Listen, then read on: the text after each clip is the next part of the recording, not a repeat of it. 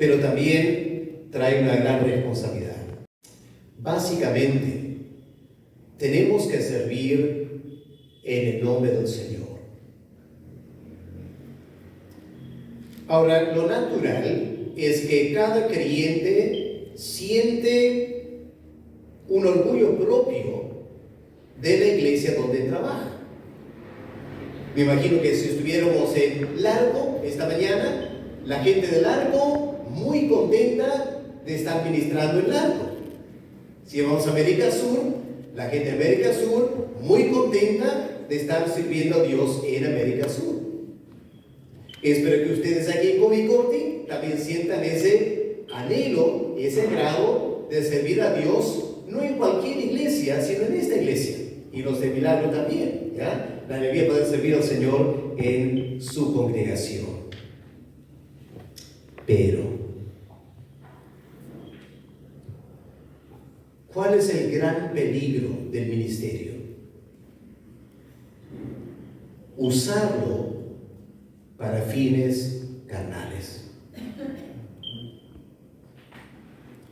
Todos lo hacemos en cierta manera. Aquí creo que si alguien dice, no, yo no soy así, pastor, creo que nos engañamos.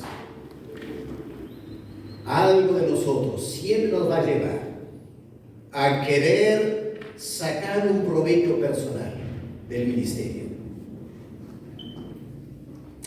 Lamentablemente la historia del pueblo de Dios desde el Éxodo es exactamente eso. El peligro de personas que se meten en el ministerio porque quieren lograr algo del ministerio. Bueno fuera que sirviéramos totalmente desinteresados, pero todos tenemos algún interés de por medio. Creo que es importante ser honestos con nosotros mismos. ¿Ok? ¿Cuál es nuestra tendencia a eso? Ahora vamos a mirar un ejemplo del Antiguo Testamento. Vamos al libro de Levítico, el capítulo 10, para mostrar cómo desde el Antiguo Testamento el pueblo de Israel ya había esta tendencia de personas que quieren meterse al ministerio por algún interés personal. Leemos el Levítico en los versículos. Nadab y Abiú, hijos de Aarón, tomaron cada uno su incensario y pusieron en ellos fuego, sobre el cual pusieron incienso, y ofrecieron delante de Jehová fuego extraño, que él nunca los mandó. Y salió fuego de delante de Jehová y los quemó, y murieron delante de Jehová. Bueno, quizás nos asusta, ¿no? Que Dios sea tan drástico. El apóstol Pablo dice, estas cosas le sucedieron y están escritas para amonestarnos a nosotros en la iglesia. Que lo que Dios hizo con Israel, Él tiene el derecho de hacer con nosotros. Es por su misericordia que muchas veces no lo hace. Pero eso no nos exime de responsabilidad. Ahora la pregunta aquí es, ¿por qué estos dos hijos de Aarón, Nadab y Abiú, se les ocurrió hacer semejante cosa? La respuesta está en el capítulo anterior, capítulo 9. Porque el capítulo 9 describe cómo Aarón fue instalado como sumo sacerdote y lo que pasó cuando él empieza a ministrar. Miren, Levítico 9:23. Entraron Moisés y Aarón en el tabernáculo de reunión y salieron y bendijeron al pueblo. Y ahora miren lo que pasó. Y la gloria de Jehová se apareció a todo el pueblo. ¿Ok? Aarón ministra y como consecuencia de este ministerio, la gloria de Jehová se aparece a todo el pueblo.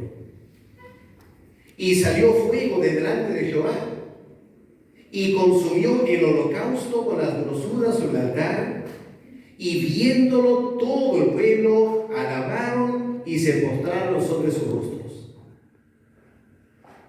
Porque a Aarón ministró. Así que los hijos de Aarón ven lo que su padre acaba de hacer. Obviamente escucharon el murmurio del pueblo. ¡Qué tremendo hombre es Aarón! ¡Qué tremendo ministerio! Mira, Aarón hace esto y la gloria de Dios aparece. Y fuego sale y consume los sacrificios. Y todo el pueblo se postra y alaba a Dios. ¡Wow! Ese ministerio queremos tener. Así que sin pedir permiso a Dios, se nos ocurre, ¿qué tal hacemos algo similar para lucirnos ante el pueblo? Le salió mal, ¿cierto? A dónde voy es que el error de estos hombres fue querer hacer algo en el ministerio para lucirse. Vieron cómo Aarón fue felicitado. Ellos quieren ser felicitados. ¿Se acuerdan lo que pasó en Hechos? Bernabé vende su terreno, da todo el dinero a la iglesia y toda la iglesia felicita a Bernabé. Y ahora viene otra pareja que quería ser felicitados y venden su terreno, dan una parte, porque lo que querían era la felicitación. Y fuego, o sea, bueno, literalmente fuego, pero murieron delante de Dios, ¿cierto? Y hermanos, estas cosas están aquí para advertirnos cuán serio, cuán solemne es el ministerio y servir a Dios. Y Pablo dice aquí, no somos como muchos que medran falsificando. ¿A quién se refiere Pablo? Bueno, aquí Pablo se está refiriendo a esos judaizantes, esos líderes quizás de la iglesia en Jerusalén, que llegan a Corinto, escuchando que en Corinto se ha formado una iglesia grande. Ellos llegan porque a ellos no les gusta la teología de Pablo.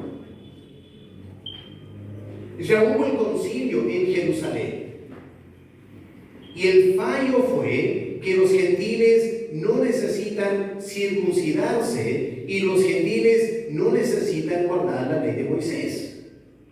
Los judaizantes eran fanáticos de Moisés. No lo tomaron a bien.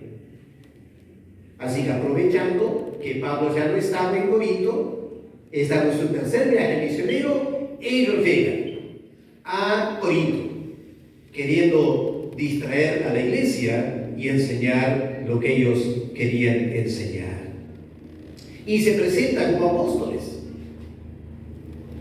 porque envidiaban el rango que Pablo tenía. Pablo era apóstol. Él podía determinar lo que una iglesia iba a creer. Y estas personas querían ser, igual que Pablo, apóstoles, y se presentan en esa manera. Pero Pablo tenía algo que estos hombres no tenían. Pablo tenía humildad y sencillez de corazón. Sabemos eso por lo que Pablo escribe al fin del versículo 16. Porque hablando de su ministerio, el apóstol Pablo, ¿qué dice? Y para estas cosas, ¿qué cosas?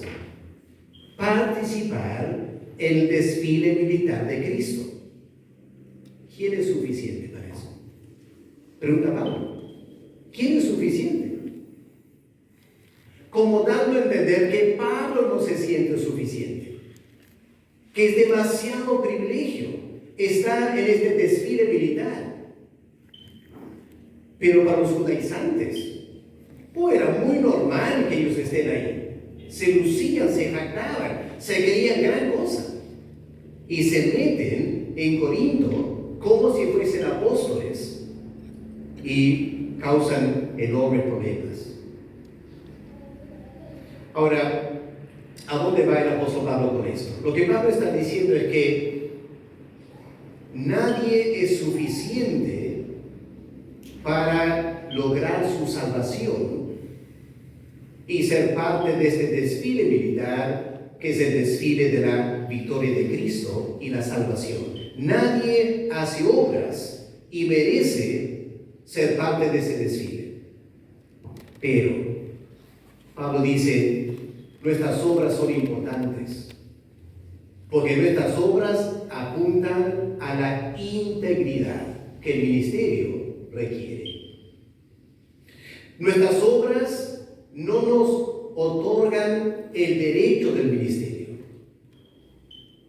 Nuestras obras simplemente apuntan a la manera en la que debemos ejercer el ministerio. Y eso tiene que ver con integridad. Y hermanos, creo que no hay tema más importante para nosotros que el tema de la integridad. ¿Y qué es lo que el apóstol Pablo menciona aquí como aspecto de la integridad en el versículo 17? La primera marca de integridad para todos los que servimos al Señor es que no debemos negociar con la palabra de Dios. ¿Ya? No debemos negociar con la palabra de Dios. Pablo dice, no somos como muchos que medran falsificando la palabra de Dios. Ahora aquí falta añadir una pequeña palabra para que sea una traducción literal. ¿Ya? Antes de la palabra muchos hay que poner los. Lo que Pablo escribió es, no somos como los muchos que medran falsificando. Ahora, ese detalle es importante porque al usar el artículo definido en plural, los muchos, Pablo está indicando que son ciertas personas específicas que Pablo conoce y sus lectores también conocen. Pablo no está hablando en forma general. De bueno, por ahí hay muchas personas así. No, Pablo está hablando de un grupo muy específico. Esos muchos, los muchos que tú y yo conocemos, no somos como ellos.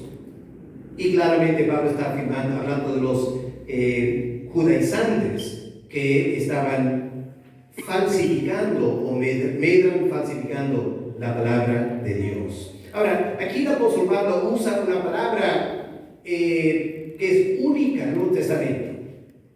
Y es una palabra interesante. Es la palabra comerciante.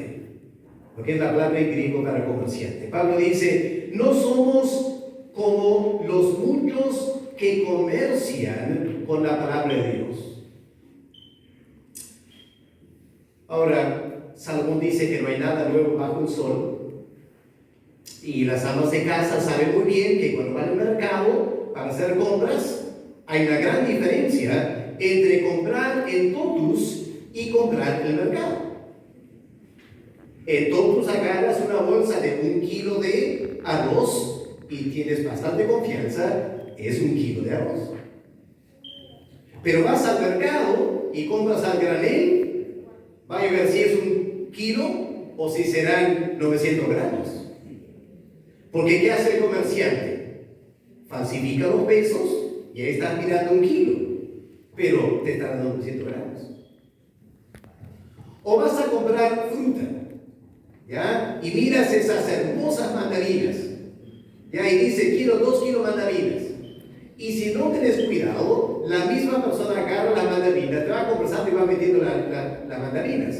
Y debajo de las bonitas hay unas feas, o verdes, y mete todo junto, ¿no es cierto? Por eso la ama de casa sabe escoger la fruta ella misma. ¿Okay? Así que los comerciantes no han cambiado tanto en 2000 años. Y Pablo usa esta frase, dice, en el ministerio hay que tener mucho cuidado de no estar haciendo comercio con la palabra de Dios. Interesante para los que les interesa este tema, esta palabra no se usa más en el Nuevo Testamento pero sí una vez en el Antiguo Testamento. En la Septuaginta, cuando se traduce al Antiguo Testamento, está en Isaías 1, versículo 22. Así que los que les interesan esas cosas pueden notar eso. Isaías 1, versículo 22. En la Septuaginta se usa para personas que mezclaban el vino, que era otro truco de los comerciantes, ¿ya? Tomaban buen vino, mezclaban con agua o con mal vino y te vendían eso para ganar más dinero. Ahora, para Pablo, eso es totalmente repudiable. Miren la manera enérgica que Pablo lo dice en 2 Corintios 4, versículo 2. Miren el versículo 2 del capítulo 4. Antes bien, dice el apóstol Pablo. Bueno, versículo 1, Pablo dice, teniendo nosotros este ministerio. ¿Y por qué tenemos este ministerio? ¿Porque somos grandes personas? ¿Porque tengo gran preparación, gran experiencia, gran personalidad? No, dice Pablo, tenemos este ministerio según la misericordia que hemos recibido. Luego dice Pablo en versículo 2, renunciamos a lo oculto, a lo vergonzoso, no andando con astucia, ni adulterando la palabra de Dios, sino con la manifestación de la verdad, recomendándonos a toda conciencia humana delante de Dios.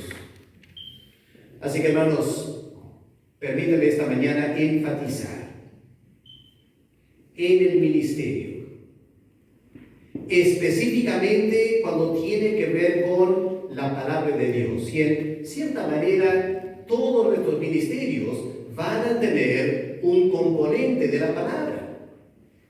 Desde los maestros que enseñan en la escuela dominical, ahí está la palabra de Dios. Los jóvenes, todos, en alguna manera estamos ministrando la palabra de Dios. Hermanos, es su palabra, no es mi palabra. Aunque esté en español y yo tengo la Biblia y puedo hacer con la Biblia lo que yo quiero, el contenido de la Biblia no es palabra humana. Yo sé que fue escrita por los hombres, pero fue escrita bajo la inspiración de Dios. Por lo tanto, nuestra doctrina evangélica es que toda la Biblia, de Génesis a Apocalipsis, es palabra de Dios. Por lo tanto, nadie tiene el derecho de comerciar con esa palabra. ¿Qué significa eso? Bueno, hacer lo que hace el comerciante. Para lograr algo, escondes, cambias, haces trucos. No hay que hacer eso con la palabra de Dios. Lamentablemente, a lo largo de los años, siempre ha sido una tentación.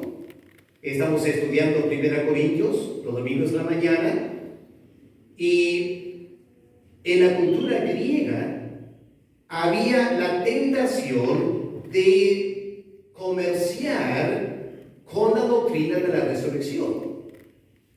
Recuerde que la gran comisión, Hechos 1, capítulo 8, es: hay que ser testigos de la resurrección de Cristo, es decir, de la resurrección física de Cristo, que el cuerpo sale de la tumba.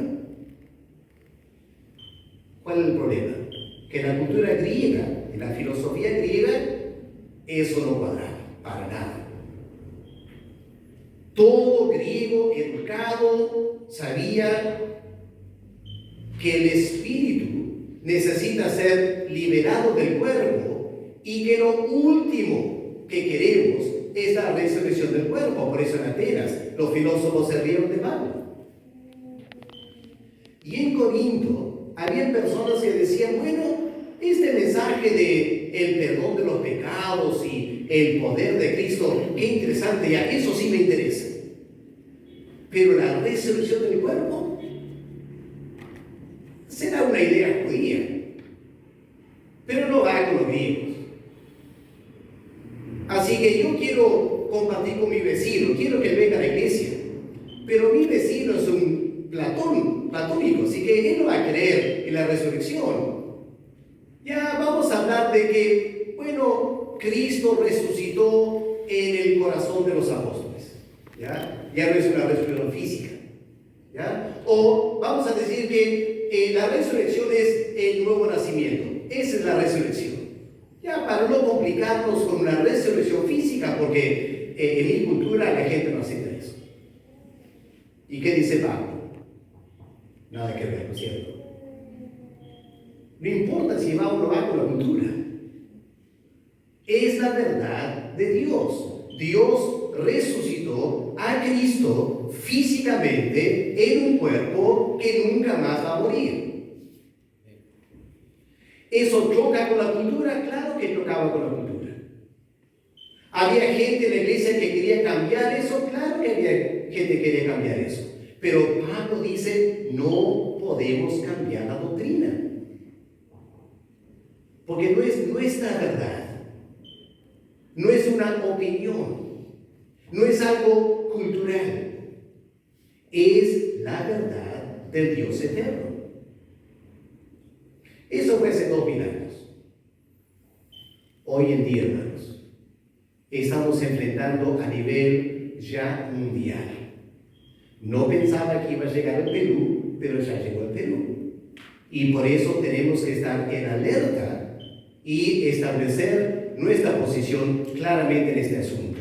Por ejemplo, ya se ha vuelto muy popular negar la doctrina de la muerte expiatoria de Cristo.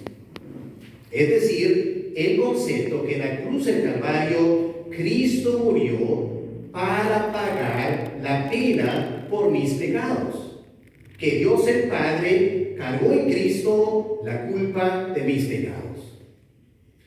Un gran líder de misiones en Inglaterra, Stephen Chalk, ha rechazado por completo esa doctrina, públicamente. Ha dicho que cualquier creyente que dice que en la cruz del Calvario Dios el Padre castigó a Cristo por nuestros pecados, está promocionando el abuso cósmico infantil. ¿Ya? El abuso cósmico. Un padre castigando a su hijo. Uy, dice Stephen Chalk, hoy en día esa enseñanza cae pesadísimo. Y la gente lo va a escuchar en Europa. Así que hay que simplemente negarlo. No, en la cruz del Calvario, Cristo murió para mostrar cuánto Dios me ama. Nada que ver con la ira de Dios o el juicio, nada que ver con eso. Bueno, empieza con Steve Jobs y otros, y ahora pastores asociados con Jesús Adrián Romero han escrito libros en español que también niegan la muerte expiatoria de Cristo. Y van a encontrar en los siguientes años más y más personas en iglesias que se llaman evangélicas cuestionando esa doctrina, diciendo hay que cambiar la presentación de la muerte de Cristo, hay que quitar este elemento de la ira de todo eso. No, hermanos, no debemos comercializar con la palabra de Dios. Yo sé que es difícil. En la cultura moderna es muy difícil hablar de la cruz de Cristo. En realidad nunca ha sido fácil. Pablo dice la muerte, la cruz de Cristo es un escándalo para judíos, para griegos. Pero ¿qué hizo Pablo? ¿Comercializó con esa doctrina? No, dice Pablo. Yo me propuse no saber otra cosa que Cristo crucificado. No tengo derecho de comercializar con la palabra para tener mejor éxito, para ganar más personas. Ni bajo el argumento de compasión por los perdidos hay que cambiar el mensaje para que respondan. No, hermanos, eso es todo humanismo. La verdad es de Dios. Él sabrá usar su verdad para salvar, nos parezca bien o nos parezca mal. No podemos, nuestra integridad como iglesia, no podemos comercializar con la palabra de Dios. Una segunda doctrina que ya se está comercializando bastante ahora, la doctrina de la inspiración de la Biblia. Que la Biblia fue inspirada de Génesis a Apocalipsis por el Espíritu Santo. Que por lo tanto la Biblia es completamente confiable, a lo menos en los textos originales. Precisamente porque es palabra de Dios. Ahora, yo sé que es palabra del hombre también, y hoy en día hay muchos sectores de la iglesia que quieren enfatizar que es una palabra humana y minimizar que es una palabra divina. Hay que mantener un equilibrio, pero nunca debemos dejar de lado el hecho que toda la palabra de Dios es inspirada por Dios. Y aunque no sea popular hoy en día, y la gente rechaza y se ríe de ese concepto, aún gente evangélica, tenemos que insistir en la inspiración de la Biblia. Estuve en Santiago de Chuco hace 6 semanas más o menos. Santiago de Chuco, los que conocen, es un lugar un poco retirado de la costa. Y un viernes estaba allá predicando, trabajando con unos pastores pentecostales, y un pastor pentecostal campesino me invita a tomar desayuno. Y empezamos a conversar. Y él, obviamente un hombre inquieto, queriendo aprender un poco más, me dijo: pastor, yo estoy buscando cursos virtuales en internet para estudiar la palabra de Dios. Y me dijo: he dado con un seminario de Ecuador que ofrece cursos virtuales. Qué interesante. ¿Qué has estudiado? Digo: bueno, he llevado un curso de los evangelios sinópticos. Ah, muy bien. ¿Y qué aprendiste? Y me dijo: bueno, aprendí que los evangelios no son documentos históricos, son documentos teológicos, y por eso hay contradicciones y errores, pero lo importante es la teología, no los detalles históricos. Yo quedé sorprendido, ¿no? Un pastor pentecostal diga eso, obviamente pensando que está bien. Y luego dijo: y también aprendí que en los evangelios hay cosas que Jesús dijo, pero que realmente Jesús nunca dijo. Ya lo han escrito ahí para ¿no? transmitir una enseñanza, pero Jesús nunca dijo esas cosas. Y yo me quedé escuchando pensando: el hombre no discierne.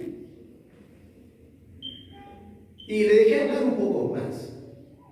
Y él estaba hablando como esto es lo último, que recién, bueno, claro, para él era algo nuevo. Dije: hermano, no sé si tú sabes, pero es precisamente por esa enseñanza que las iglesias, la iglesia evangélica protestante en Europa ha colapsado. Ha colapsado. ¿Por qué? Pues le pregunté.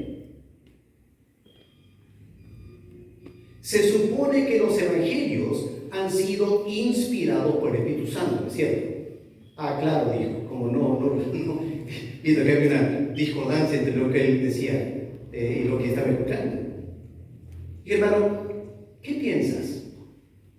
Que si una persona se pone a predicar, dice que bueno, este texto en Juan, donde Jesús dijo algo como: yo soy el camino, la verdad, la vida, nadie ve al Padre sino por mí, que Cristo realmente no lo dijo, pero que Juan lo inventó. ¿Piensas que el Espíritu Santo va a bendecir tu prédica? ¿Va a ungir tus labios? ¿Para que con esa enseñanza el Espíritu Santo va a salvar a personas? Ah, quizás no. Ese es el problema. Que terminamos enseñando cosas que atentan contra la doctrina del Espíritu Santo, cuando necesitamos al Espíritu Santo para salvar almas. Y obviamente si estamos enseñando cosas que van en contra de lo que el Espíritu Santo enseñó, Él no va a bendecir la predicación. Por lo tanto, va a haber menos y menos convertidos. Yo dije: hermano, eso es exactamente lo que ha pasado en Europa. Los teólogos han llevado la teología en una dirección que ofende al Espíritu Santo. Y el resultado es, ya no hay poder en las iglesias, mayormente. Claro, hay algunas iglesias que gracias a Dios mantienen la doctrina y siguen creciendo. Pero el grueso, por lo menos en Inglaterra, de las iglesias, han colapsado. Porque como, ¿se acuerdan lo que pasó en el Antiguo Testamento? La gloria se fue del templo en Jerusalén. Y Cabod, la gloria se ha ido. Y temo que en muchas iglesias de Inglaterra, la gloria del Espíritu Santo simplemente se ha retirado de las iglesias. Porque han comercializado con el Evangelio, queriendo dar al europeo un mensaje que va con su ahora supuesta modernidad, conocimiento científico, etc. Y hemos ofendido al Espíritu Santo. Y por eso hay pocas conversiones. Y hermanos, hay que tener mucho cuidado que eso no pase en América Latina. Así que esa es otra doctrina que hay que tener cuidado. Bueno, faltaría tiempo para mucho más, ¿cierto? Pero otra doctrina, la deidad de Cristo. ¿Ya? La afirmación que Cristo es humano y divino.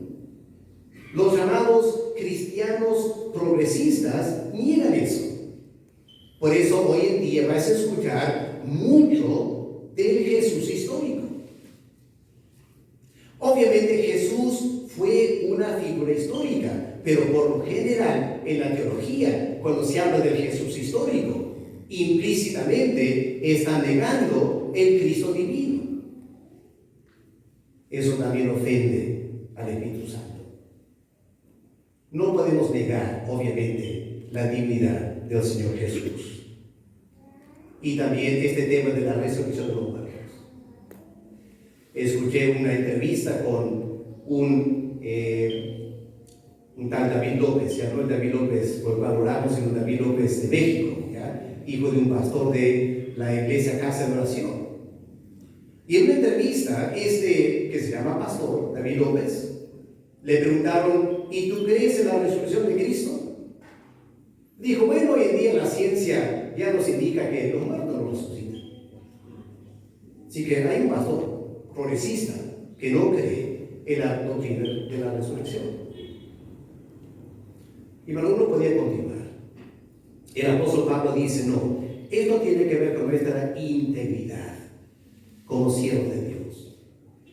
No es nuestra palabra. No tenemos el derecho de cambiar la enseñanza bíblica solo porque la cultura hoy en día lo rechaza. Nuestra integridad está de por medio y la honra del Dios de la verdad que nos ha dado la verdad. Así que Pablo dice, no hay que ser como los muchos que medran falsificando la palabra de Dios. Segundo lugar, segundo aspecto de la integridad. Tenemos que tener un ministerio marcado por sinceridad. Lo que Pablo dice aquí, usa la palabra, ¿cierto? Sino que con sinceridad hablamos en Cristo. Tiene que haber sinceridad en nuestro ministerio. Ahora aquí, interesante, en español, la Reina Valera coloca la preposición con, ¿no es cierto? Sino que con sinceridad. Esa palabra con, ¿qué significa? Bueno, en español da la impresión de algo que acompaña a otra cosa. ¿Ya? Quiero esta comida con sal. ¿Ya? Así que das la comida y le añades sal. Y en español uno puede pensar que Pablo está diciendo que hay que acompañar el hablar de Dios con sinceridad. Solo que en griego es una preposición diferente, que significa saliendo de. ¿Ya? Es la misma preposición que en la siguiente frase dice como de parte de Dios. ¿Ya? Saliendo de Dios. Pablo dice literalmente, sino que de parte de la sinceridad, o saliendo o partiendo de la sinceridad, debemos hablar la palabra de Dios. Lo que Pablo está diciendo es que nuestros corazones, el corazón, tiene que estar marcado por sinceridad. Y desde un corazón sincero, partiendo de un corazón sincero, tenemos que hablar la palabra de Dios. Ahora quiero por un momento pensar con ustedes qué significa eso. Partiendo de un corazón sincero, hablamos la palabra de Dios. A donde el apóstol Pablo va es lo siguiente. ¿Por qué estamos en ministerio? Quiero que tomemos un momento ahora para pensar. Sería bueno que cada uno piense. Piensa en tu ministerio. ¿En qué ministerio estás esta mañana en la iglesia? Algunos 2 ministerios quizás. ¿Nos atrevemos a preguntarnos por qué estamos en ese ministerio? ¿Cuál es la motivación?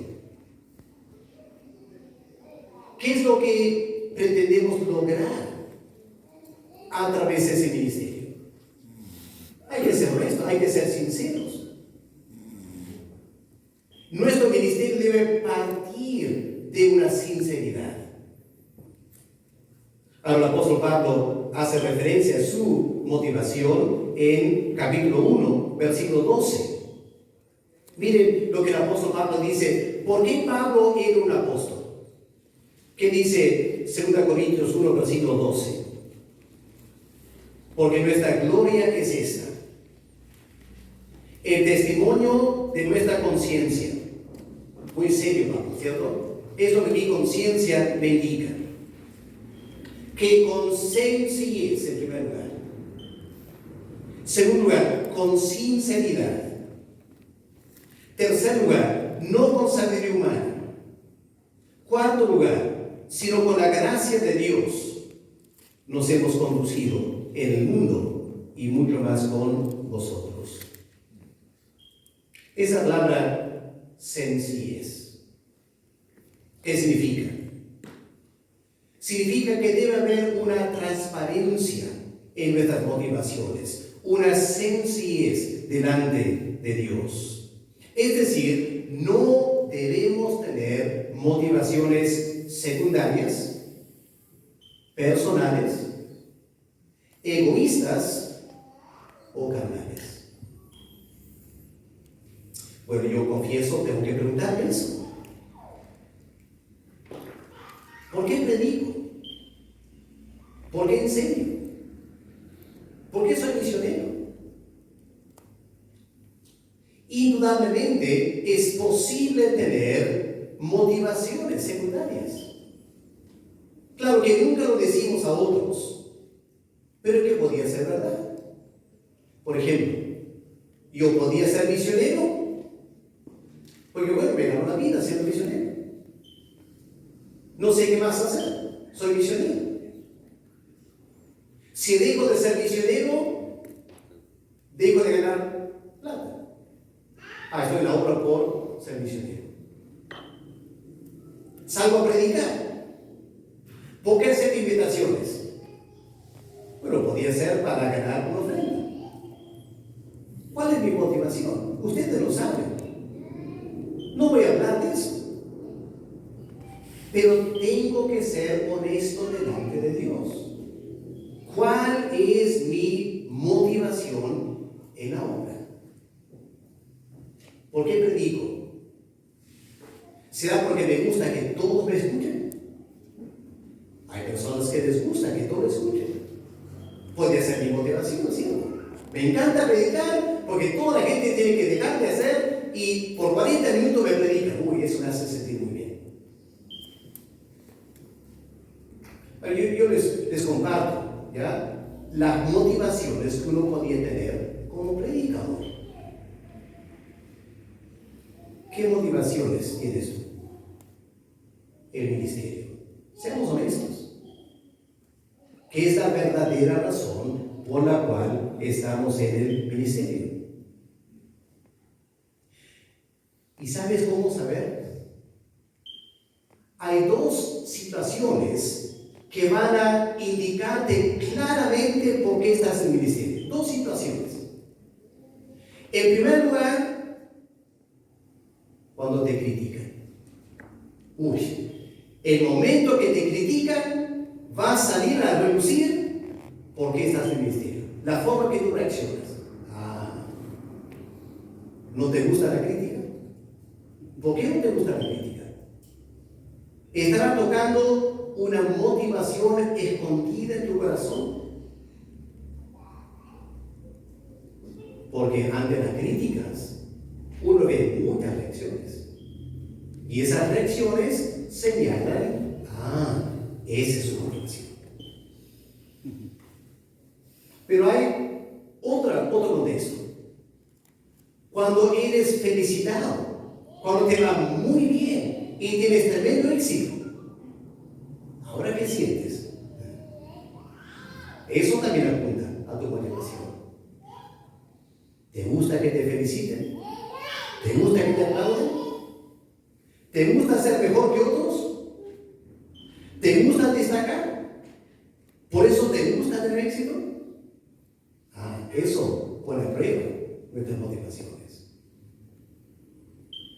Y Dios lo permite, hermanos. Dios permitió a Pablo momentos muy difíciles en la obra para que Pablo evalúe por qué estaba en el ministerio. Lamentablemente, en la iglesia vemos personas que cuando en el ministerio aparece una crítica, desaparecen. Gracias, pastor, hasta aquí he servido. Claro, buscan algún pretexto. Voy a estudiar, voy a trabajar, o sea, uno se da cuenta, la persona algo le ha molestado y quiere renunciar. No había sencillez en su corazón. No estaba sirviendo por amor al Señor. Y porque lo observaron o lo criticaron, ya no quiere servir más. A eso muestra una motivación muy personal, muy egocéntrica, todo centrado en sí mismo. Hermanos, debemos ser capaces de seguir sirviendo, aun cuando nos critican. Debemos ser capaces de hacerlo. Porque lo hacemos para el Señor. Y si les gusta o no les gusta, con tal que lo estoy haciendo para el Señor, eso es más que suficiente para mí. Tengo que ser muy honestos con nosotros mismos, pero la sinceridad es muy importante en el ministerio. Y en tercer lugar, nuestra integridad en el ministerio tiene que ver con la reverencia con la cual servimos al Señor. Tenemos que tener un ministerio marcado por reverencia. No importa si cantas en el ensamble, eres ujier, maestro dominical, trabajo con los jóvenes, no importa. Cualquier ministerio que tenemos tiene que ser un ministerio marcado por reverencia. Ahora, cuidado, no digo tristeza. Lamentablemente, algunos somos culpables de estar en el ministerio tristes. Y la cara muestra esa tristeza. ¿Ya? Eso no honra al Señor, eso no es reverencia. ¿Ya? Reverencia no es tristeza. Reverencia tampoco no es seriedad. ¿Ya? Es interesante, ojalá que no se sientan mal cuando hago un comentario de la cultura. Bueno, yo soy peruano también ahora.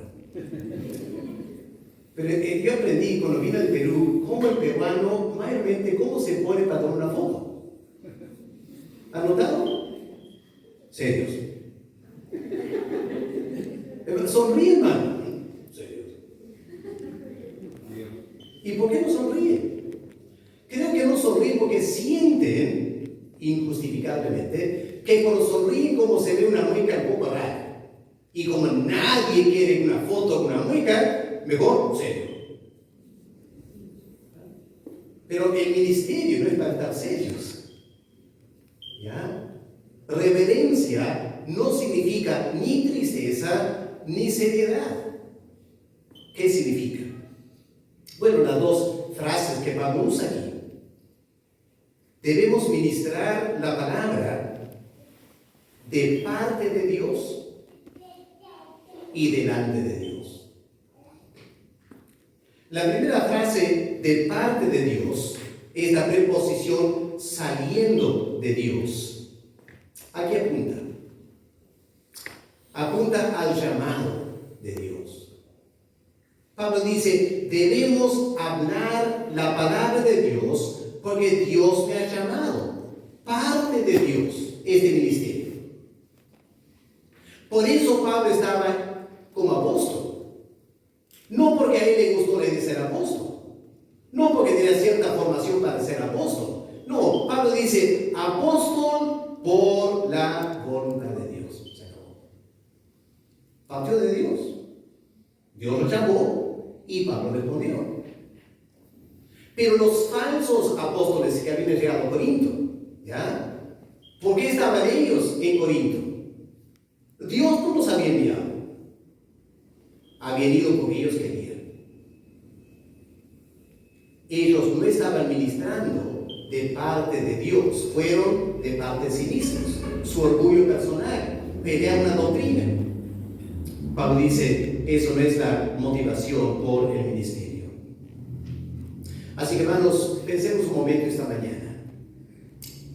¿Qué significa ministrar de parte de Dios?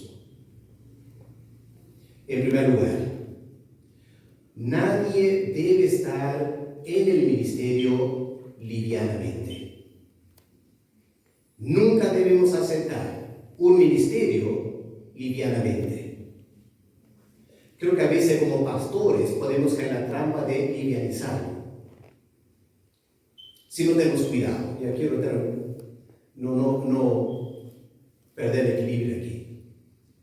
Pero en nuestra iglesia bautizamos a personas, luego del bautismo enseñamos dones espirituales y luego decimos que, bueno hermano, ¿cuál es tu don? Hay que meterte en el ministerio.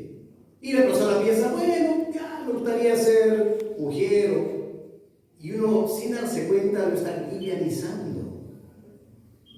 Es como, bueno, es como un hobby, un pasatiempo, aquí en la iglesia todos hacemos diferentes cosas y tú puedes hacer esto. Creo que si enseñamos así, la persona va a empezar a servir livianamente.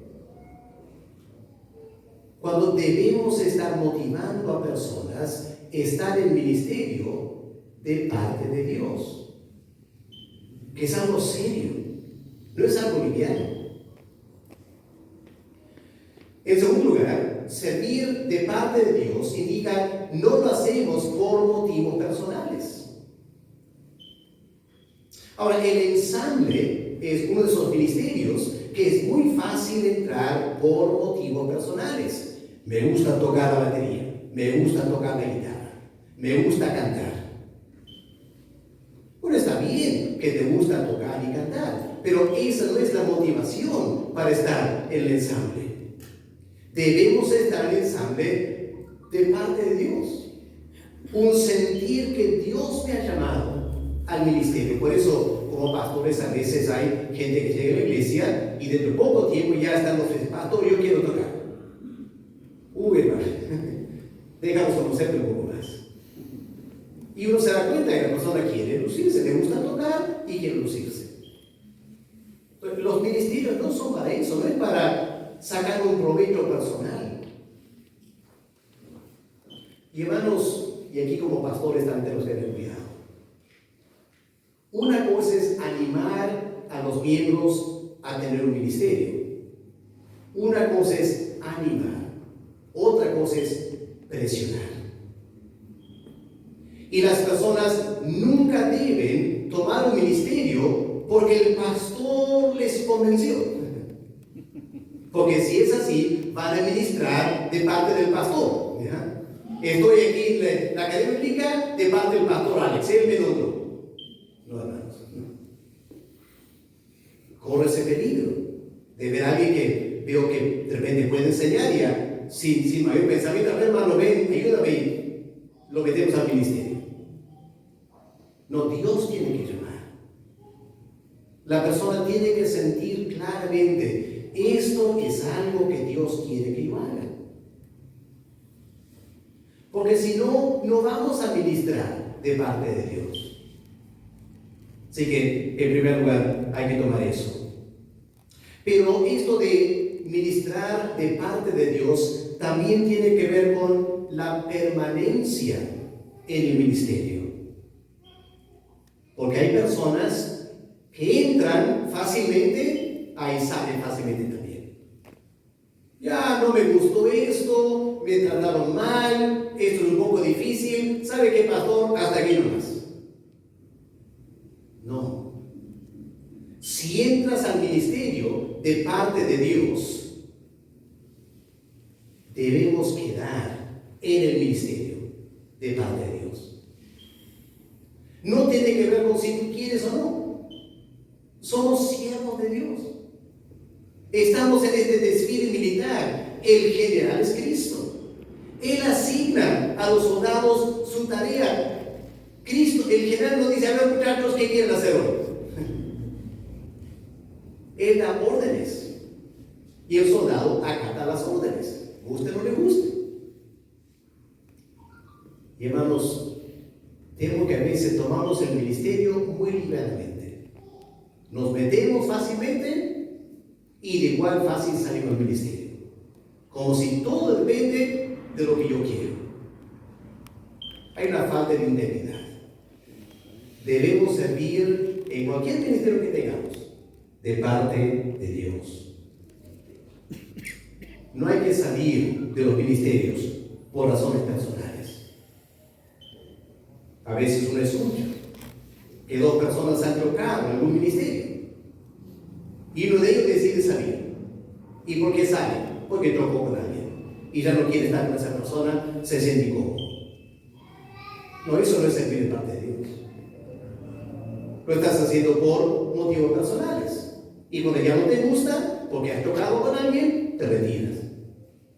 La iglesia no es un club social para que hagas lo que quieres hacer. Estamos aquí de parte de Dios. Si Él nos llama a un ministerio, hay que quedar en ese ministerio hasta que Dios diga otra cosa. Hermanos, yo en mis años de misionero han habido varios momentos que me han dado muchas ganas de volver a Inglaterra. Muchas ganas. Pero cada vez que me ha dado ganas de volver a Inglaterra, Dios me dice, Alex, ¿y por qué viniste en primer lugar? ¿No viniste porque yo te llamé? Entonces, no vas a volver hasta que yo te indique que vayas. Y yo no te he indicado que vayas. Sí que si te conviene o te conviene, no importa. Tú eres mi siervo y me vas a quedar en Perú sirviéndome. Claro, lo hago de buen corazón. Me gusta servir al Señor, pero de vez en cuando viene esa prueba. ¿Por qué estamos en el ministerio? Y hay que permanecer. Porque estamos delante del Señor. Y aún cuando nos critican, que es lo que más duele, ¿cierto? Hay que quedar en el ministerio, porque estamos sirviendo de parte de Dios. Esa es una cosa. ¿Cuál es la segunda frase? Ministramos también delante de Dios. Y aquí, hermanos, yo encontré una preposición en griego que es muy, muy interesante, que nunca había notado antes. No sé si están mirando ahí, no sé si... ahí está. Ya, muy bien. Bueno, qué lindo, han añadido figuritas y lo han hermoseado. Muy bien. Felicito a la cabina, ¿ya? Pero miren esa palabra catenanti, ¿ya? Delante de, en griego, es catenanti. Esa palabra es la suma de tres preposiciones en griego: anti, en y cata. Ahora, la palabra anti en Mateo 2:22 significa en lugar de. Ya cuando un rey Herodes empezó a reinar en lugar del otro rey, ¿ya? Anti. En puede ser una preposición locativa o enfático. Zacarías, Lucas 1:8, Zacarías estaba ministrando delante del Señor. hay la preposición en. Y luego la palabra kata es una preposición que significa hacia abajo, como sujetando a alguien, y es para dar énfasis. Así que juntando esas tres palabras, kat, en, anti, no sé si debo usar esta palabra, no sé cómo es sola en español, recontra delante de Dios, recontra delante de Dios.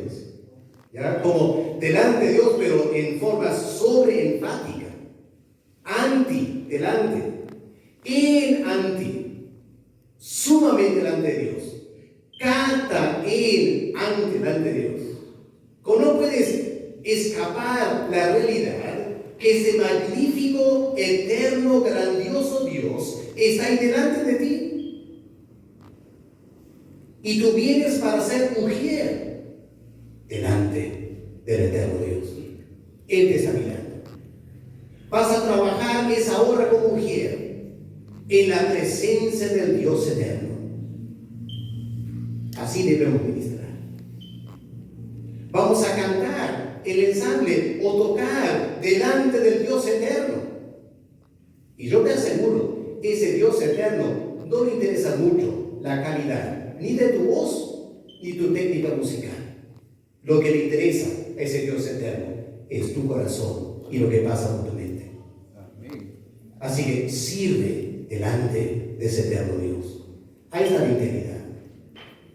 ¿Eres maestro? Enseña con humildad. No trates de lucirte. El peligro para el predicador es decir, mira, esta preposición en griego y no puede lucirse, ¿no es cierto? Oye, ten cuidado.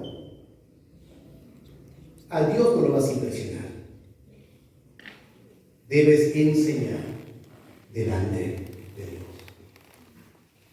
Y hermano, esa es la integridad que debemos tener. Estamos en la presencia del Señor. Y Pablo dice, no somos como esos muchos que andan falsificando la palabra. No, dice Pablo. Nuestro ministerio debe ser marcado por sinceridad, de parte de Dios, delante de Dios. Hablamos en Cristo. Con razón Pablo dijo, y para esto, ¿quién es suficiente? Y la verdad es que nadie es suficiente, porque todos, yo también, somos influenciados por asuntos carnales, asuntos personales. Todos tenemos que reconocer y confesar eso. Esa es nuestra integridad, esa es nuestra honestidad delante de Dios. Y tenemos que tener el coraje de decir, Señor, examíname, ve si hay en mí algún camino de perversidad y luego guíame el camino eterno. Así que al terminar, podemos tomar un momento para meditar personalmente, más adelante también, cómo anda nuestra integridad en el ministerio. Dios quiere bendecirnos, Dios quiere usarnos, pero Dios quiere usar hombres y mujeres íntegros delante de Él. Y es nuestra falta de integridad que por lo general debilita la obra que hacemos para el Señor. Vamos a orar. Padre amado, tomamos las palabras del apóstol Pablo, las hacemos nuestras diciendo que no hay justo, ni a uno. Que todos, Señor, estamos motivados por asuntos carnales, personales, propios nuestros. A nadie nos gusta que nos critiquen. A todos nos gusta tener éxito. Y Padre, son esas cosas que estorban nuestro ministerio y impiden la llenura del Espíritu Santo. Cuánto anhelamos, Señor, que tú nos ayudes. En primer lugar, revelando nuestro corazón? ¿Cuál es nuestra motivación? Y luego, Padre, pidiendo que tú nos limpies de esas cosas muy personales, para que podamos decir con toda sinceridad que estamos ministrando con sencillez de corazón, de parte de Dios, delante de Dios, para que Él sea glorificado. Así que, Padre, toma tu palabra esta mañana y aplícala a nuestros corazones. Danos tiempo para poder meditar en esto. Y, Padre, que tu palabra cumpla en nosotros este proceso de limpiar y santificar, para que seamos instrumentos limpios en tus manos, para tu gloria y para tu honra. En el nombre del Señor Jesús te lo pedimos. Amén.